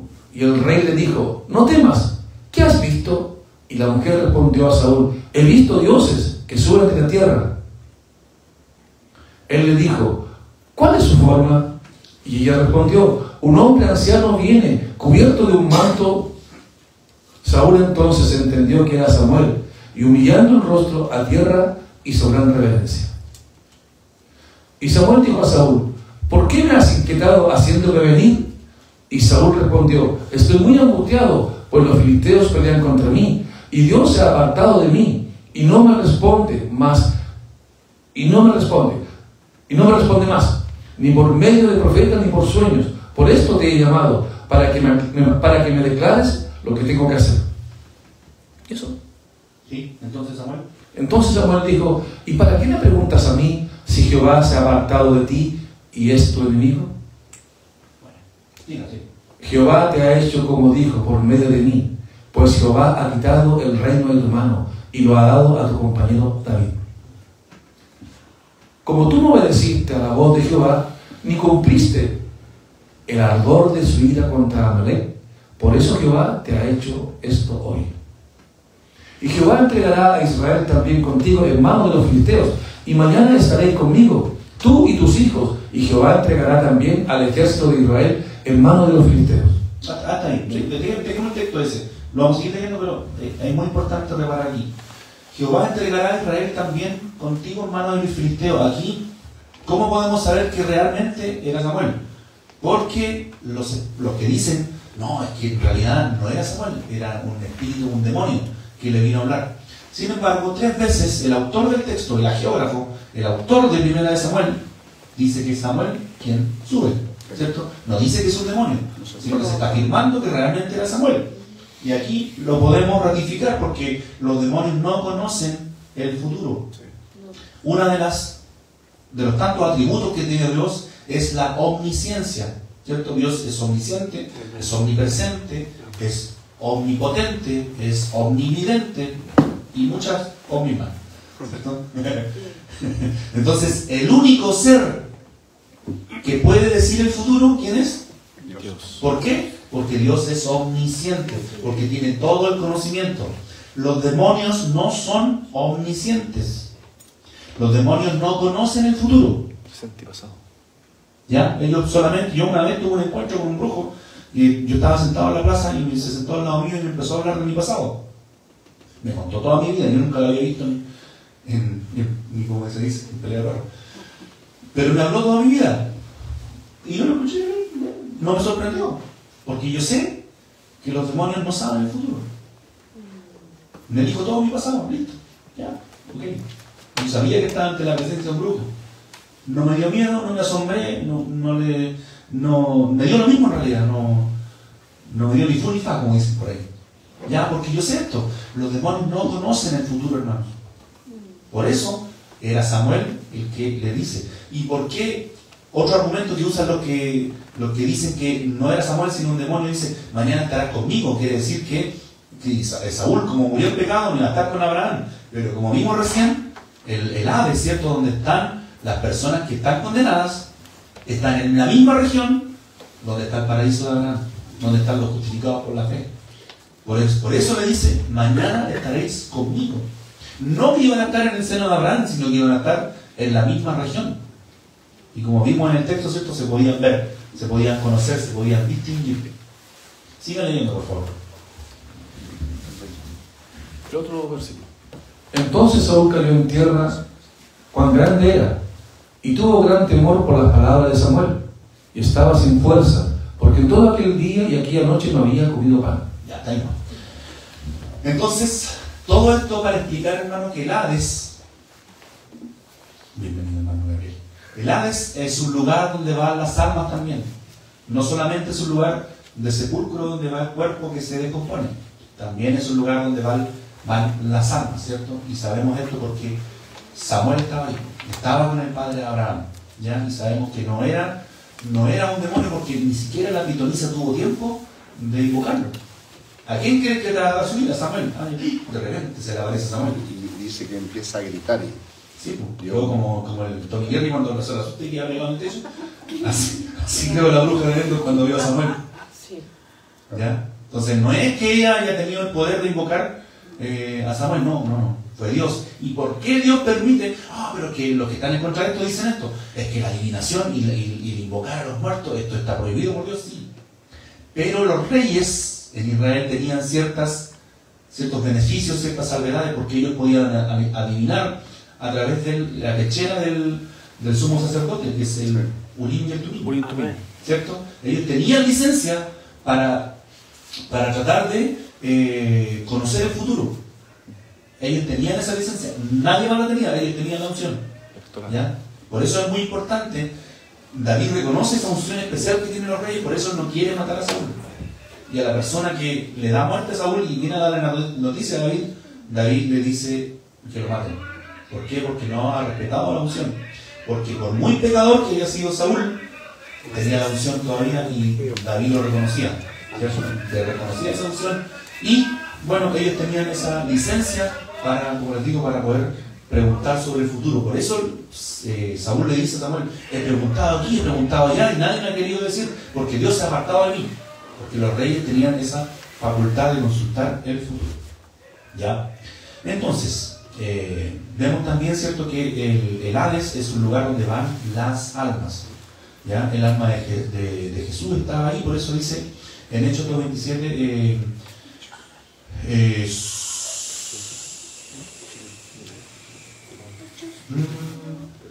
Hechos 2:27, ¿alguien lo puede leer, por favor? ¿Ya? Si pueden leerlo. Hechos 2:27.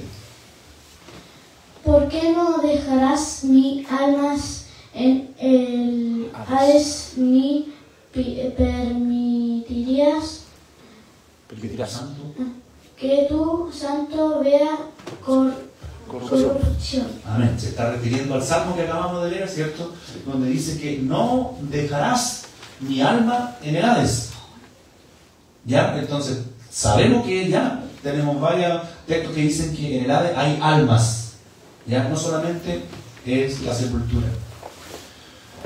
Ya estaba el alma de Jesús, no iba a ser dejada ahí, en la región del Hades. ¿Ya? Entonces, como dice también Filipenses 2:10, hay personas debajo de la tierra. Las almas de los injustos están en el Hades y serán expulsadas de ahí al terminar el milenio. Siendo juzgados en el juicio del gran trono blanco, serán lanzadas finalmente al Gehenna, Apocalipsis 20, del 11 al 15. Eso no lo vamos a leer, lo ven después. La muerte y el Hades son dos principados también, dos principados satánicos que gobiernan en esa mazmorra de maldad. Son ángeles caídos que tienen esos nombres. Eso está en Apocalipsis 6, del 7 al 8, Apocalipsis 20, 14 y Job 28, 22. Ahí también después lo repasan porque ya se nos está haciendo tarde. Ahora, sabiendo todo esto, repasemos lo que dice 1 Pedro 3, del 18 al 20. Porque también Cristo murió, ¿cierto? Así empieza el texto. Si lo puedes poner ya, por favor. 1 Pedro 3, 18. Porque también Cristo murió. Entonces, aquí Pedro nos está diciendo que esto pasó ¿cuándo? Cuando Cristo murió, cuando estaba muerto, ¿cierto? Murió por los pecados una sola vez, el justo por los injustos, para llevarnos a Dios. Dice, muerto en la carne, ¿cierto? ¿Cuándo pasó esto? Cuando Jesús estaba muerto en la carne, pero vivificado en el Espíritu, ¿cierto? Dice, en el cual. ¿Qué significa en el cual? ¿Qué es esto de en el cual? En el Espíritu. En el Espíritu, justamente. Jesús fue a la región, ¿cierto? Esta de donde están estas prisiones, en el Espíritu. ¿Ya? En el cual también fue y predicó a los espíritus encarcelados, quienes en otro tiempo fueron desobedientes cuando la paciencia de Dios esperaba en los días de Noé. Algunos dicen que Jesús les predicó en el Espíritu a través de Noé. Esto lo dicen los calvinistas, por lo que dice 1 Pedro también en el capítulo 1, del día al 12. Como dice, los profetas que profetizaron de la gracia destinada a vosotros inquirieron diligentemente e indagaron acerca de esta salvación, escudriñando qué persona y qué tiempo indicaba el Espíritu de Cristo que estaba en ellos. Ya, ellos usan este texto para decir que Cristo predicó a estas personas a través de Noé, para tratar de desvirtuar este hecho que Jesús bajó a los infiernos a predicar. ¿Ya? Pero dice, el cual anunciaba de antemano los sufrimientos de Cristo. De eso está hablando el texto, de los sufrimientos de Cristo. No está hablando de que Cristo predicó en los tiempos de Noé. Y las glorias que vendrían tras ellos, a esto se les reveló que no para sí mismos, sino para nosotros, administraban las cosas que ahora son anunciadas por los que han predicado el Evangelio por el Espíritu Santo enviado del cielo, cosas en las cuales anhelan mirar los ángeles. 1 Pedro 1, del día 12. Pero el texto dice que les predicó cuando eran espíritus. ¿Se dan cuenta? Que dice que fue en el Espíritu y les predicó a los espíritus encarcelados. Sí. Si el texto quisiera decir que Jesús les predicó en el Espíritu a través de Noé, no le habría predicado a espíritus, sino que le habría predicado a personas vivas. ¿Cierto? Si fuera como dicen los calvinistas, que las personas estas, Jesús les predicó a través de Noé, en el tiempo de Noé, por el Espíritu, ¿cierto? Entonces le habría predicado a los hombres, y el texto diría que Cristo en el Espíritu le predicó a los hombres, que en ese momento estaban libres. Pero nos dice el texto que le predicó a hombres libres o a espíritus encarcelados.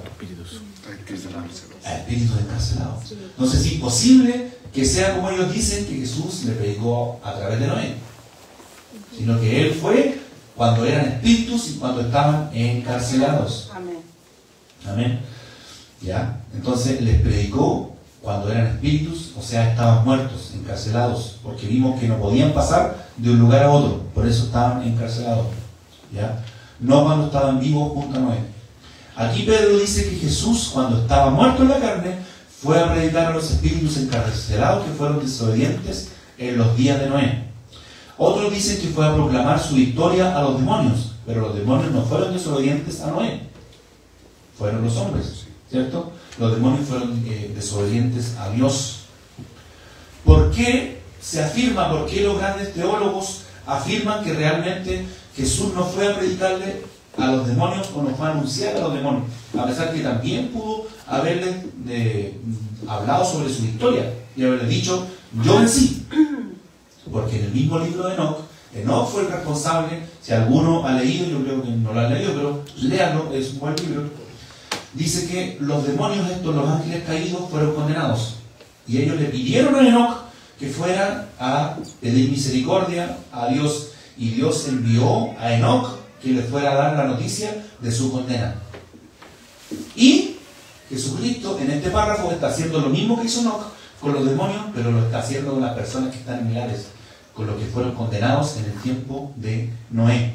Y todos los que han sido condenados por ser injustos, todos los que no fueron justificados en el fondo, Jesús les fue a proclamar su victoria y a ratificar su condena, a decirle, ustedes están aquí por esto y por esto y por esto.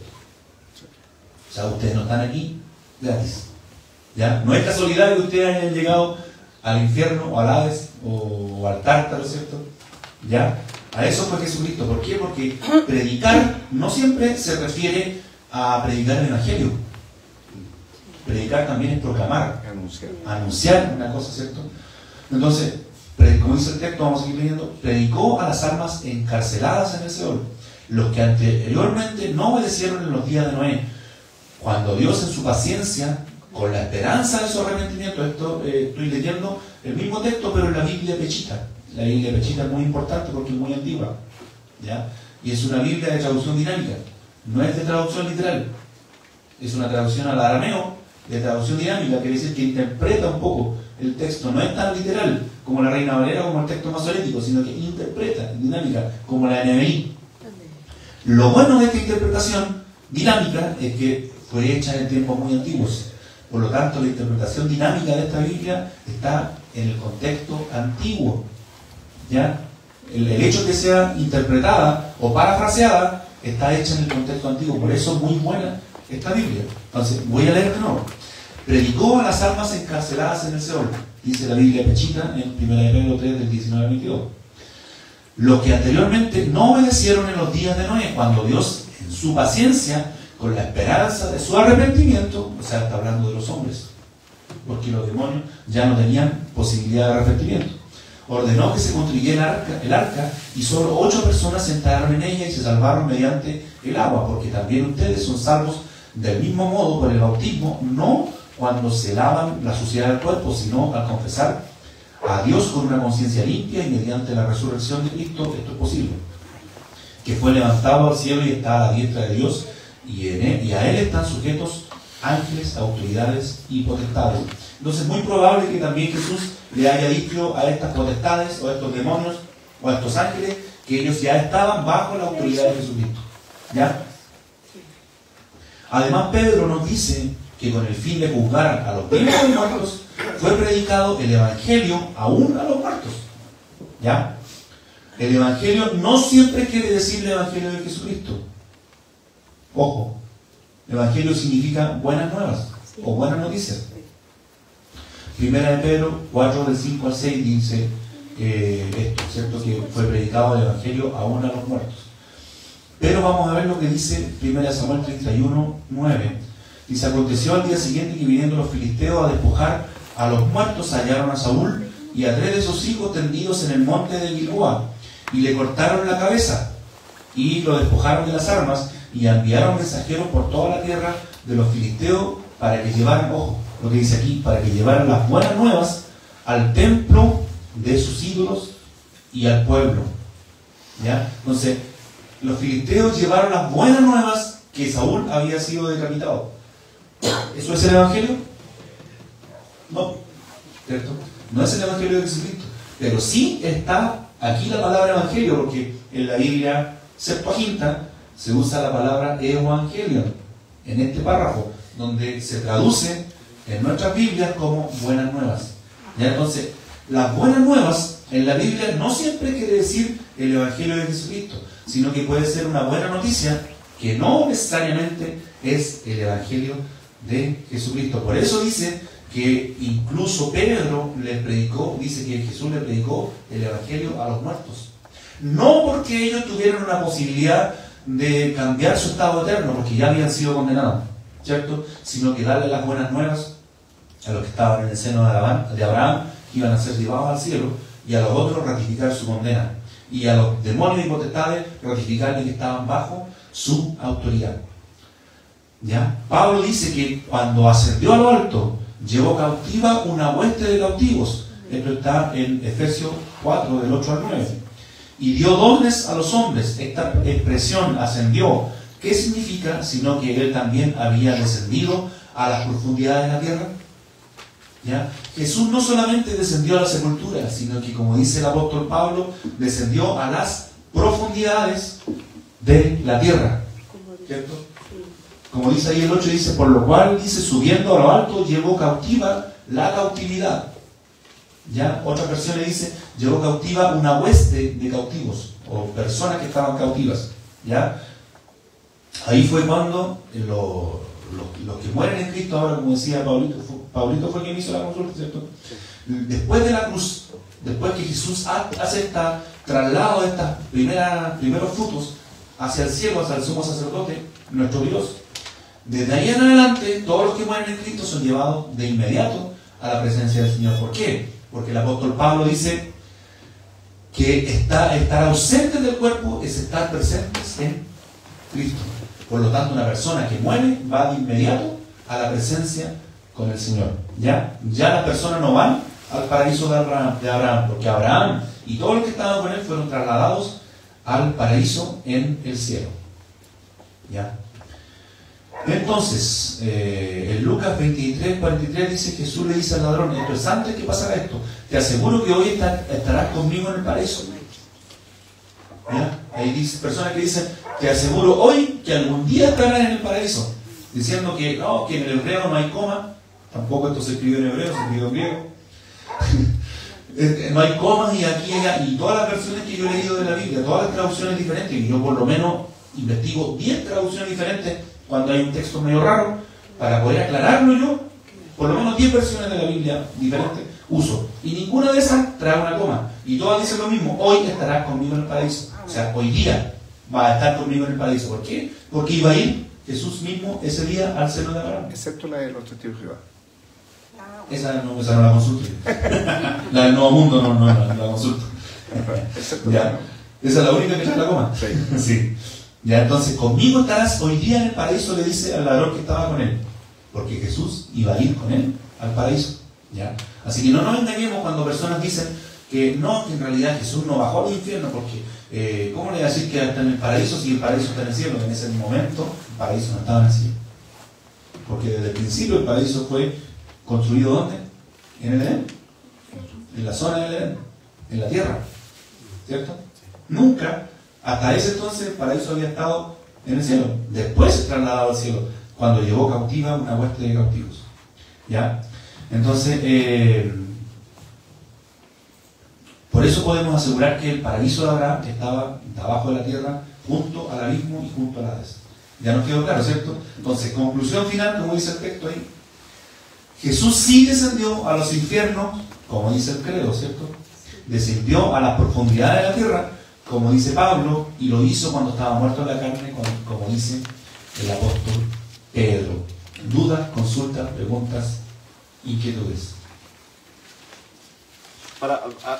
Digamos, para hacerlo bien fácil y entendible, el decir los infiernos es como decir los cerros de Talcahuano. Y digamos que en los cerros están las distintas poblaciones. Claro. Y en ese tiempo también en los infiernos estaban, digamos, los justamente, infiernos. no es que Jesús haya ido al infierno a pagar pecado, porque él no pecó, ¿cierto?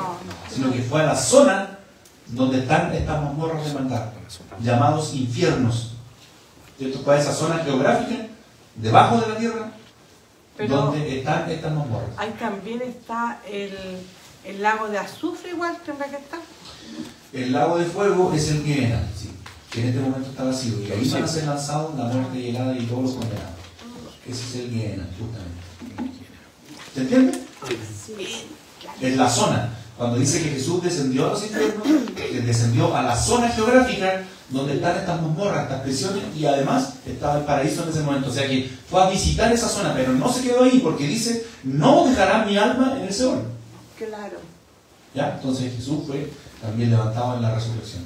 Entonces, ¿alguna duda? ¿Alguna se asemeja, bueno, si lo queremos graficar, se asemeja cuando uno ha ido a la cárcel.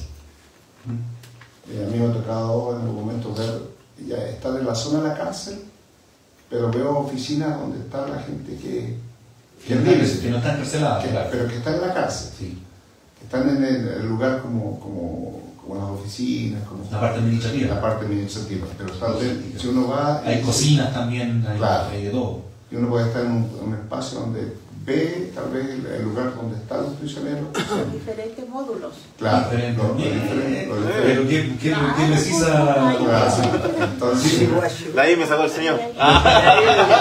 Entonces Jesucristo fue al fondo del infierno. ¿Ya? No